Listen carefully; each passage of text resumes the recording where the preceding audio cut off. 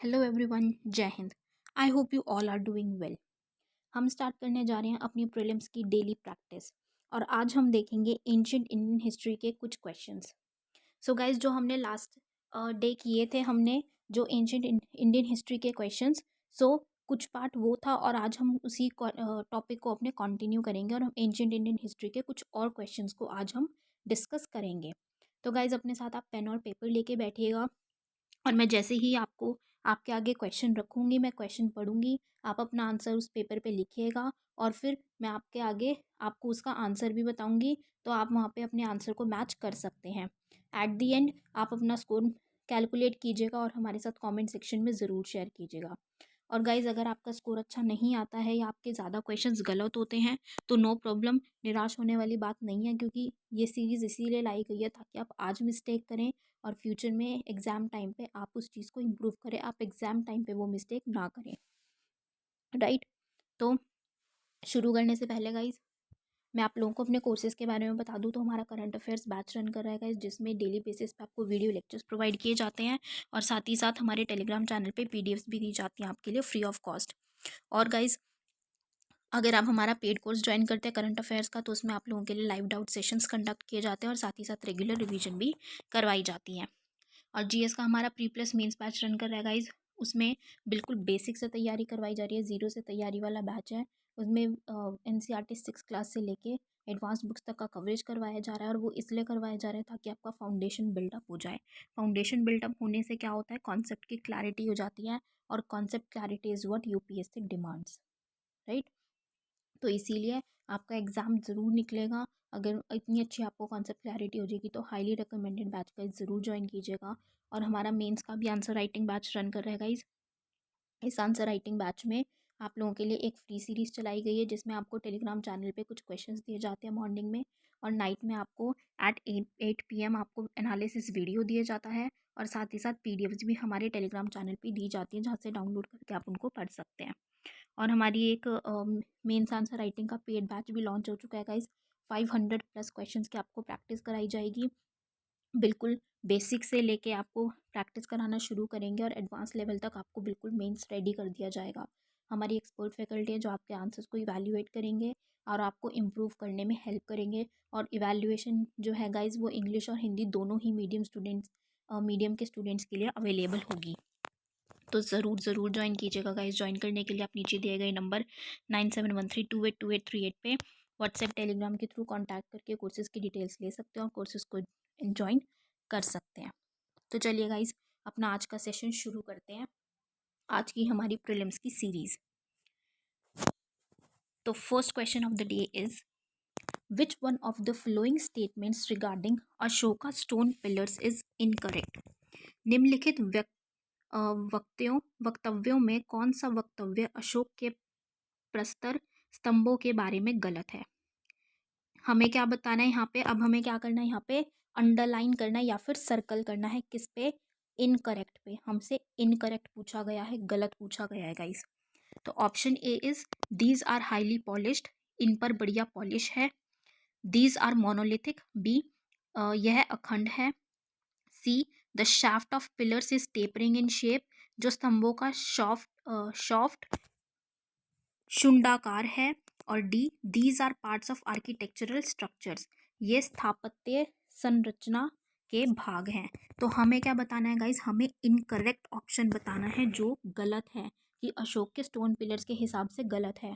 तो जो अशोक के पिलर्स थे वो पॉलिश, बहुत अच्छे पॉलिश भी थे और मोनोलिथिक, एक ही चट्टान या एक ही पत्थर से बनाए गए थे पूरे के पूरे। सो ऑप्शन 1 और ए और बी तो बिल्कुल करेक्ट है।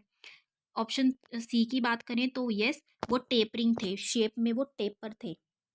ठीक है। और जो ऑप्शन डी है वो हमारा गलत है गाइस, क्योंकि वो आर्किटेक्चरल स्ट्रक्चर्स के पार्ट नहीं थे, बल्कि जो अशोका के स्टोन पिलर्स थे वो धम्म स्प्रेड करने के लिए, धर्म की बात करते हैं ना, धम्मा, धम्मा स्प्रेड करने के लिए उनकी मान्यता थी कि वो धम्मा स्प्रेड करने के लिए उनको बनाया गया था, ना कि आर्किटेक्चरल स्ट्रक्चर के पार्ट पे।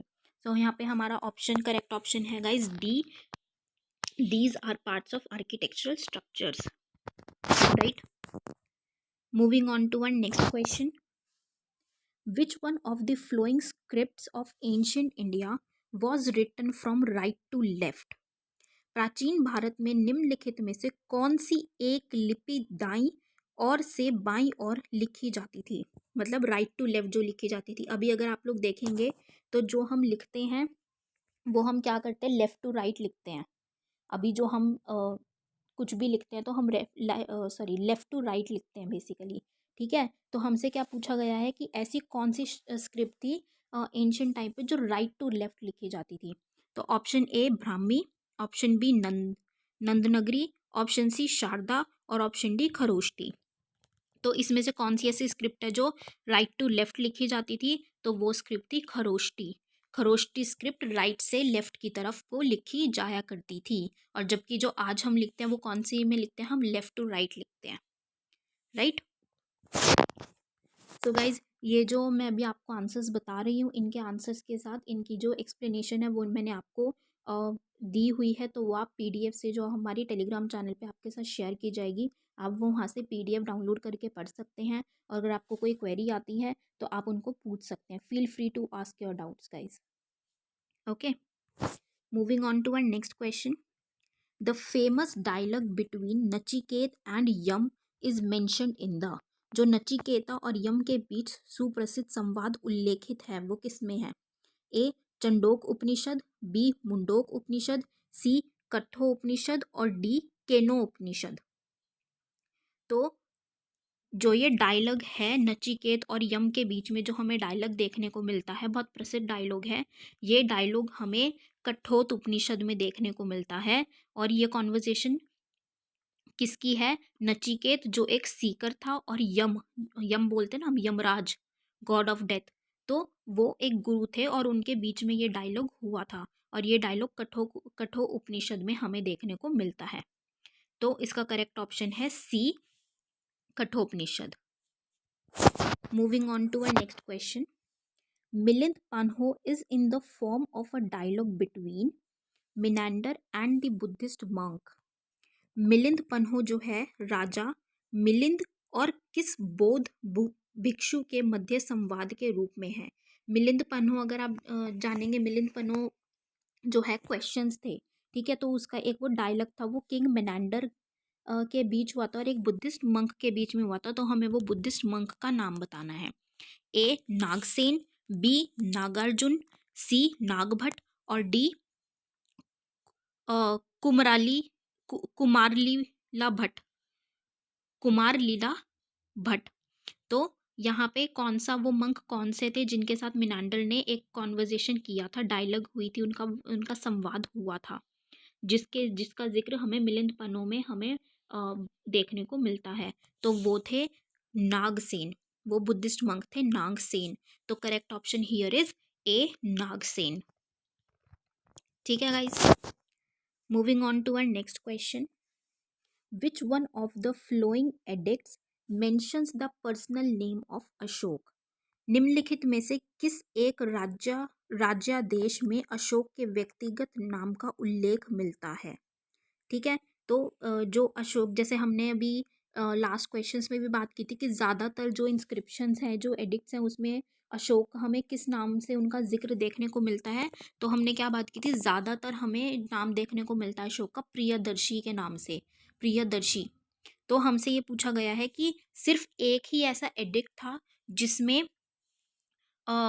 एक ही ऐसा राज्यादेश था जिसमें हमें क्या देखने को मिलता था, अशोक का पर्सनल, उनका व्यक्तिगत नाम देखने को मिलता था। तो वो ऐसी कौन सी एडिक्ट है? ए कालसी, बी रुमनीदेई, सी स्पेशल कलिंग एडिक्ट और डी मस्की। तो इनमें से कौन सी ऐसी हैं जिनमें उनका पर्सनल नेम देखने को मिलता था? ऐसी इसमें से एक कौन सी है? तो correct option here is D Maski. Maski इनमें से एक ऐसी एडिक्ट है जिनमें हमें पर्सनल नेम, उनका व्यक्तिगत नाम देखने को मिलता था। और ऐसी 4 इंस्क्रिप्शन हमें देखने को मिलती है, एक मस्की, गुर्जर, नेट्टूर और एक उदयगोलम। इनमें हमें अशोक का पर्सनल नेम देखने को, उनका व्यक्तिगत नाम का उल्लेख देखने को मिलता है। सो यहाँ पे इस क्वेश्चन के अकॉर्डिंग हमारा ऑप्शन डी करेक्ट आंसर है। Now moving on to our next question. The following map shows 4 of the 16 Mahajanpads that existed in ancient India. निम्नलिखित मानचित्र में प्राचीन भारत में पाए जाने वाले 16 महाजनपदों में से 4 दर्शाए गए हैं। क्रमशः ए, बी, सी, डी द्वारा अंकित स्थल कौन से हैं? इनमें जो प्लेसेस मार्क किए गए हैं A, B, C, D respectively are. तो हमें क्या बताया गया है, हम पढ़ते हैं कि हमारे कितने महाजनपद की बात करते हैं एंशियंट इंडिया में, 16 महाजनपद की बात की गई है।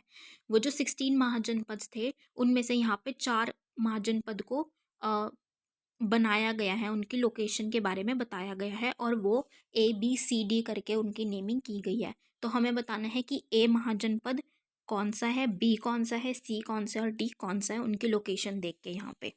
ठीक है, तो ऑप्शंस दिए हैं हमें। ऑप्शन ए मत्स्या, चेदी, कोसल, अंग। अब ये किस तरीके से दिए गए हैं, मतलब ए प्लेस पे मत्स्या, बी पे छेदी, सी कोसल, डी अंग।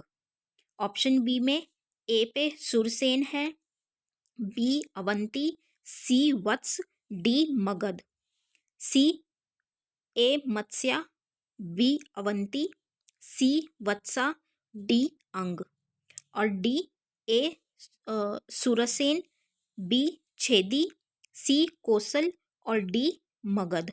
तो इनमें से हमारा कौन सा ऑप्शन करेक्ट है कि कौन सी लोकेशन पे कौन सा हमारा महाजनपद सिचुएटेड देखने को हमें मिलता था?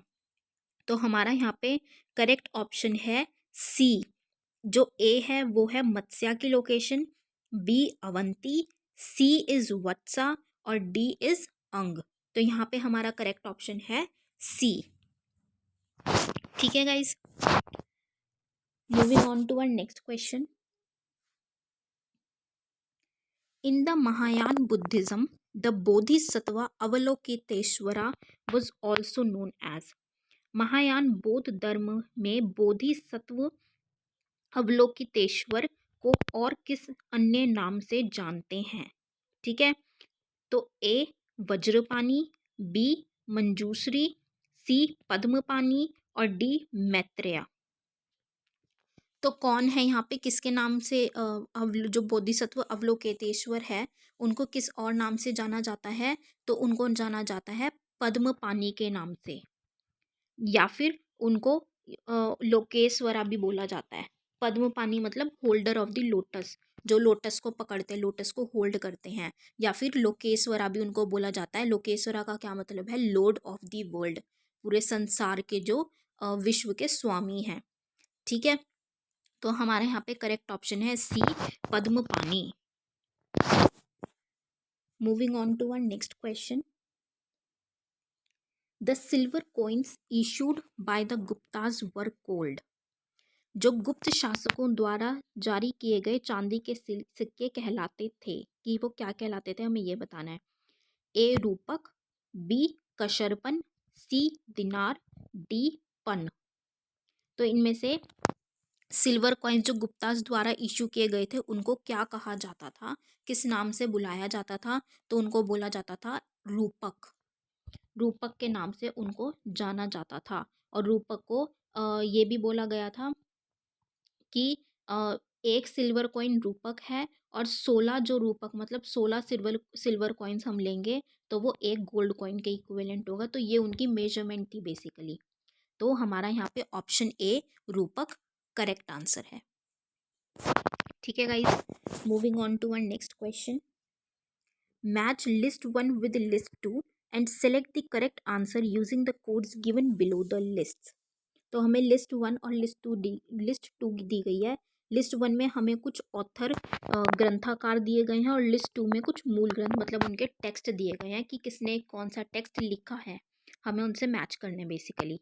ठीक है, तो क्या दिया है? सूची 1 को सूची 2 से सुमेलित कीजिए और सूचियों के नीचे दिए हुए कूट का प्रयोग करते हुए सही उत्तर का चयन कीजिए।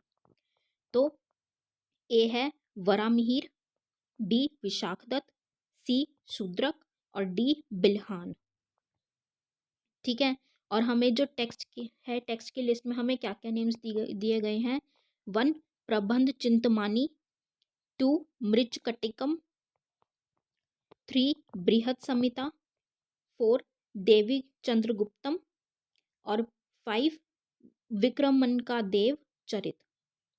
तो यहाँ पे हमें कुछ कोड्स गिवन है, हमें सही करेक्ट कोड बताना है।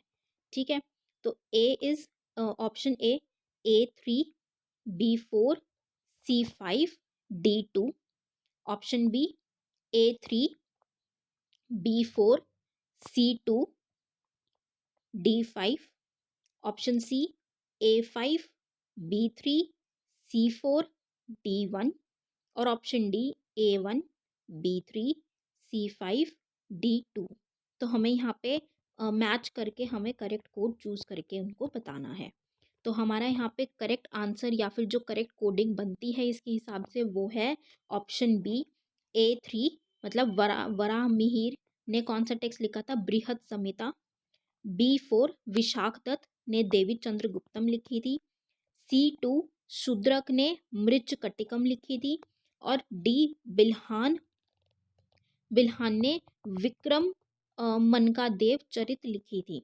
तो हमारा यहाँ पे ऑप्शन बी, और जो ऑप्शन बी पे कोडिंग गिवन है वो बिल्कुल करेक्ट है। ठीक है guys, moving on to our next question. Which one of the following was a corporation of merchants in ancient India? निम्नलिखित में से कौन सा प्राचीन भारत में व्यापारियों का निगम था? ए चतुर्वेदी मंगलम, व्यापारियों का निगम बताना है हमें, चतुर्वेदी मंगलम। बी परिषद। सी दिग्गज अष्टदिग्गज। और डी मनीग्राम। तो जो मर्चेंट्स का कॉरपोरेशन एंशियंट इंडिया में जिनको बोला जाता था वो था मनीग्रामम बोला जाता था उनको। तो हमारा यहाँ पे ऑप्शन डी बिल्कुल सही है। क्या बोला जाता था उनको? मनीग्रामम, राइट। तो यहाँ पे हमारा option D is the correct answer. Moving on to our next question. The Badami rock inscription of Pulakeshin I is dated in the Sak era 465. If the same were to be dated in Vikram Samvat, the year would be। तो हमें क्या बोला गया है कि पुलकेशिन प्रथम बदामी शिलालेख शक वर्ष 465 465 का दिनांकित है। यदि इसे विक्रम संवत में दिनांकित करना हो तो वर्ष होगा। तो क्या होगा हमारा? यहाँ पे ऑप्शंस दिए हैं 601, ऑप्शन बी 300 300, ऑप्शन सी 330 330 और ऑप्शन डी 407 407। तो हमें साक एरा अगर 465 बोला जाता है तो सेम के हिसाब से विक्रम संवत ईयर क्या होगा? तो यहाँ पे करेक्ट ऑप्शन है हमारा 601, 601। वो क्यों होगा गाइस? क्योंकि जो साक एरा हमें पता है, साक एरा कब शुरू हुआ था? 78 AD में। ठीक है, AD की बात हो रही है, 78 AD में शुरू हुआ था। और जो विक्रम एरा था वो स्टार्ट हुआ था 58 BC में। अब क्योंकि हमें उसकी बदामी रॉक इंस्क्रिप्शन के अकॉर्डिंग हमें विक्रम एरा का हमें अगर उसको कन्वर्ट करना है तो क्या होगा? तो हमें क्या दिया हुआ है? 465 दिया हुआ है। 465 में हम क्या करेंगे? जो 78 साक एरा था जो कि AD में था तो उसको ऐड करेंगे। 465 प्लस 78 प्लस जो विक्रम एरा है हम उसको ऐड करेंगे उसमें, plus 58। So that comes equal to 601, 601 निकल के आता है वो हमारे पास। सो हमारा यहाँ पे करेक्ट ऑप्शन होगा 601। इसकी एक्सप्लेनेशन भी गाइज मैंने आप लोगों को दी हुई है, तो आप टेलीग्राम चैनल से PDF को डाउनलोड करके पढ़ सकते हैं, right. Moving on to our next question. Many of the Greeks, Kushans and Shakas embraced Buddhism rather than Hinduism because। यूनानी, कुषाण और एवं शकों में से कई ने हिंदू धर्म के स्थान पर बौद्ध को अपनाया क्योंकि। उसका क्या है? Option A Buddhism was in the ascendant at that time, कि बौद्ध धर्म का उस समय प्रभुत्व था इसीलिए उन्होंने बुद्धिज्म को अपनाया। Option B they had renounce the policy of war and violence, कि उन्होंने युद्ध और हिंसा की नीति का परित्याग कर दिया था। Option C caste ridden Hinduism did not attract them, जाति प्रथा से अभिभूत हिंदू धर्म की ओर वे आकर्षित नहीं हुए। और option D Buddhism provided easier access to Indian society, बौद्ध धर्म के माध्यम से भारतीय समाज तक पहुंच अधिक आसान था। तो हमारा यहाँ पे कौन सा ऑप्शन करेक्ट होगा कि किस वजह से वो बुद्धिज़्म की तरफ गए थे, बुद्धिज़्म को अम, अपनाया था उन्होंने बौद्ध धर्म को, जबकि उन्होंने हिंदुइज़्म को या हिंदू धर्म को नहीं अपनाया। तो उसका रीज़न था ऑप्शन सी, क्योंकि जो हिंदुइज़्म था वो उसमें कास्ट सिस्टम बहुत ज़्यादा प्रिवेल करता था और उसकी वजह से वो लोग उससे अट्रैक्ट नहीं हुए, वो लोग उन्होंने उसको अपनाना नहीं चाहा और उन्होंने बौद्ध धर्म को अपनाया। तो यहाँ पे हमारा ऑप्शन सी बिल्कुल करेक्ट होगा कि caste ridden Hinduism did not attract them, right. Moving on to our next question. The Ashoka major rock edicts which tell us about the Sangam kingdom include rock edicts, कि अशोक के जो प्रमुख शिलालेख संगम राज्य के विषय में हमें बताते हैं उनमें सम्मिलित हैं। हमें कौन से वो रॉक एडिक्ट्स हैं वो बताने हैं। ऑप्शन ए 1 and 10 पहला और 10वां, ऑप्शन बी 1 and 11 पहला और 11वां, ऑप्शन सी 2 and 13 दूसरा और 13वां, और ऑप्शन डी 2 and 14 दूसरा और 14वां। तो इनमें से कौन सा है जो हमें संगम किंगडम के बारे में, जो अशोक के एडिक्ट संगम किंगडम के बारे में बताते हैं। तो हमारा यहाँ पे ऑप्शन सी दूसरा और 13वां मतलब 2 and 13 हमारा करेक्ट आंसर है। ये हमें किसके बारे में बताते हैं, जो अशोक के 2 और 13 जो रॉक एडिक्ट्स हैं ये हमें जो दक्षिण भारत के जो किंगडम्स, दक्षिण के जो राज्य थे, सदर्न किंगडम्स थे, उनके बारे में बताते हैं। जैसे कि चोलास थे, पांड्यास थे, केरल पुत्र थे, तो उनके बारे में, सदर्न किंगडम्स के बारे में हमें वो इंफॉर्मेशन देते हैं। तो हमारे यहाँ पे ऑप्शन सी बिल्कुल करेक्ट होगा। Moving on to our next question. Which of the following pairs are correctly matched, हमें बताना है कि कौन सा हमारा यहाँ पे जो युगम है हमारा यहाँ पे कौन सा सही तरीके से सुमेलित है। 1 इज मृच्छकटिकम, शूद्रक ने लिखा है। 2 बुद्धचरिता, वासुबंधु ने लिखा है। सी मुद्रा राक्षस, विशाख दत्त ने लिखी है। और डी हर्षचरिता, बाना भट्ट ने लिखी है। तो हमें करेक्ट ऑप्शन बताना है गाइज, यहाँ पे अंडरलाइन कर लेना या सर्कल कर लेना। हमें क्या बताना है, करेक्ट मतलब सही कूट बताना है हमें कि सही उत्तर इनमें से क्या है। ये कोड्स दिए गए हैं हमें। Option A 1 2 3 and 4, option B 1 3 and 4, option C 1 and 4 और option B 2 option D 2 and 3। तो यहाँ पे जो हमारा करेक्ट ऑप्शन है, मतलब करेक्ट जो मैच किए गए हैं वो है हमारा option B 1 3 and 4। Mrichchhakatikam Shudrak ने लिखी थी, बिल्कुल करेक्ट है। मुद्रा राक्षस विशाख दत्त ने लिखी थी, बिल्कुल करेक्ट है। हर्षचरिता बनभट्ट ने लिखी थी, वो भी बिल्कुल करेक्ट है। लेकिन जो बुद्धचरिता है वो अश्वघोष ने लिखी थी, ना कि वासुबंधु ने। तो इसीलिए हमारा ऑप्शन बी गलत है। तो हमारा यहाँ पे करेक्ट ऑप्शन निकल के आता है ऑप्शन बी 1 3 and 4। ठीक है guys, moving on to our next question. What is the correct chronological order in the following appeared in India, Bharat में निम्नलिखित के आने का सही कालानुक्रम क्या है। हमें क्रोनोलॉजिकल ऑर्डर बताना है कि कौन सा सबसे पहले आया था। First gold coins, second punch-marked silver coins, आहत मुद्रा चांदी के सिक्के, 3 आयरन प्लो और लोहे का हल, और 4 अर्बन कल्चर नगर संस्कृति। हमें यहाँ पे करेक्ट कोड बताना है कि करेक्ट कोड क्या होगा। ठीक है, तो कोड्स क्या दिए गए हैं हमें, A 3 4 1 2, B 3 4 2 1, C 4 3 1 2, D 4 3 2 1। ठीक है, तो हमें यहाँ पे करेक्ट कोड बताना है गाइज। यहाँ पे हम एलिमिनेशन मेथड का यूज़ कर सकते हैं, आप लोगों को पता है। अब देखिए यहाँ पे जो ऑप्शन है उसमें 2 ऑप्शंस में 3 ऑप्शन पहले दिया हुआ है आयरन प्लो, और 2 ऑप्शन में 4th जो स्टेटमेंट है वो पहले दी गई है, मतलब अर्बन कल्चर। तो हम सभी जानते हैं कि इंडस वैली सिविलाइजेशन एक अर्बन कल्चर थी, अर्बनाइज्ड फॉर्म था। ठीक है, एक अर्बन सिविलाइजेशन थी वो। लेकिन इंडस वैली सिविलाइजेशन में हम क्या पढ़ते हैं कि उनको आयरन की नॉलेज नहीं थी। इंडस वैली सिविलाइजेशन में या हड़प्पन कल्चर में सिविलाइजेशन में क्या था वहाँ पे, वुडन प्लो यूज़ करते थे, लकड़ी के हल यूज़ करते थे, ना ही लोहे के। उनको लोहे के बारे में पता ही नहीं था। तो यहाँ से हम ऑप्शन ए और ऑप्शन बी को एलिमिनेट कर सकते हैं ईजिली। ठीक है, तो यहाँ पे जो हमारा करेक्ट ऑप्शन है वो है ऑप्शन डी, 4, मतलब urban culture, then 3 iron plough, then 2 punch mark silver coins and then 1 gold coins. तो करेक्ट ऑप्शन है हमारा ऑप्शन डी।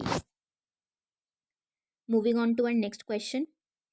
तो ये एजर्शन रीजनिंग वाला क्वेश्चन है। हमें एजर्शन दिया गया है यहाँ पे, according to Ashoka's edicts social harmony among the people was more important than religious devotion.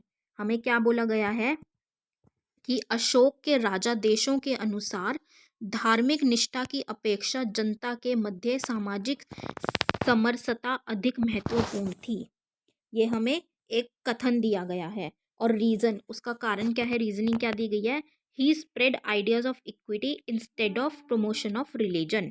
ठीक है, कारण क्या दिया गया है कि उसने धर्म संवर्धन के स्थान पर समदृष्टि के विचारों का प्रसार किया। तो इसके हमें कुछ ऑप्शन दिए गए हैं, क्या है, both A and R are true, कि दोनों ही जो कथन और कारण है वो सही है, और जो कारण है उसका बिल्कुल करेक्ट उसको दर्शाता है, करेक्ट एक्सप्लेनेशन है, सही स्पष्टीकरण है। ऑप्शन बी कि ए और आर दोनों सही हैं, लेकिन जो आर है वो उसकी सही एक्सप्लेनेशन नहीं है, सब स्पष्टीकरण नहीं है सही। C, A is true R is false, कि ए सही है आर गलत है, और डी, ए गलत है ए इज फॉल्स और आर सही है आर इज करेक्ट। तो यहाँ पे जो हमारा करेक्ट ऑप्शन है वो है ए, कि दोनों ही एजर्शन रीजनिंग कथन और कारण सही है, और जो आर है जो कारण है वो उसका सही स्पष्टीकरण है, करेक्ट एक्सप्लेनेशन है। तो हमारा यहाँ पे ऑप्शन ए बिल्कुल करेक्ट है। Moving on to our next question, which of the following pairs are correctly matched. हमें सही सुमेलित बताना है कौन से हैं। फर्स्ट, लोथल, एंशियंट डॉकयार्ड था लोथल में। बी, सारनाथ, फर्स्ट सरमन हुआ था बुद्धा का, पहला धर्मोपदेश हुआ था सारनाथ में।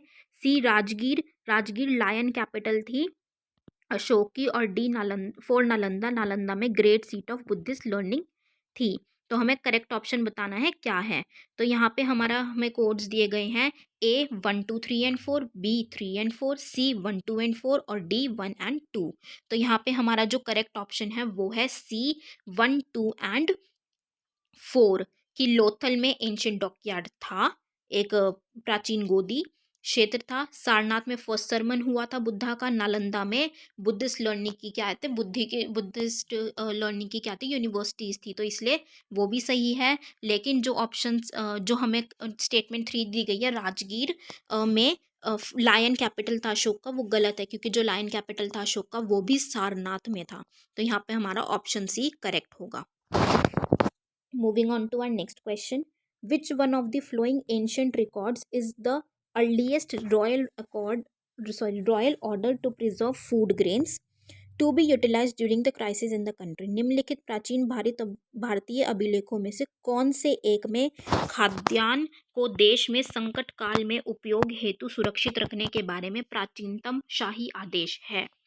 Option A, Sohgaura copper plate, option B, Rummindei pillar edict of Ashoka, option C, Prayag Prashasti, और option D, Mehrauli pillar inscription of Chandra. तो किस पे ये ऑर्डर दिया गया था अर्लीस्ट? तो ऑप्शन हमारा ए, सोगोरा कॉपर प्लेट, सोगोरा ताम्रपत्र हमारा बिल्कुल करेक्ट ऑप्शन है। तो हमारे यहाँ पे करेक्ट ऑप्शन क्या हुआ, option A. Moving to our next question, the concept of 8-fold path forms the theme of. जो अष्टांग मार्ग की संकल्पना अंग है, क्या है उसका संकल्पना अंग? ए, दीपवंश, बी, दिव्यवदना, सी, महापरिनिब्बन, और डी, धर्मचक्र परिवर्तन सूत्र। तो 8-fold पाथ के थीम का कॉन्सेप्ट क्या था? ऑप्शन डी, धर्म चक्र परिवर्तन सूत्र हमारा उसका 8-fold पाथ का थीम था, प्रिंसिपल टीचिंग थी। ठीक है, तो ये हमारा बिल्कुल करेक्ट ऑप्शन है, option D. Moving on to our next question and the last question of the day, guys. The given map relates to, अब ये मैप बताया गया है, ये कौन से उससे रिलेट करता है? A, Kanishka at the time of his death, कि जो कनिष्क की मृत्यु के समय का है ये।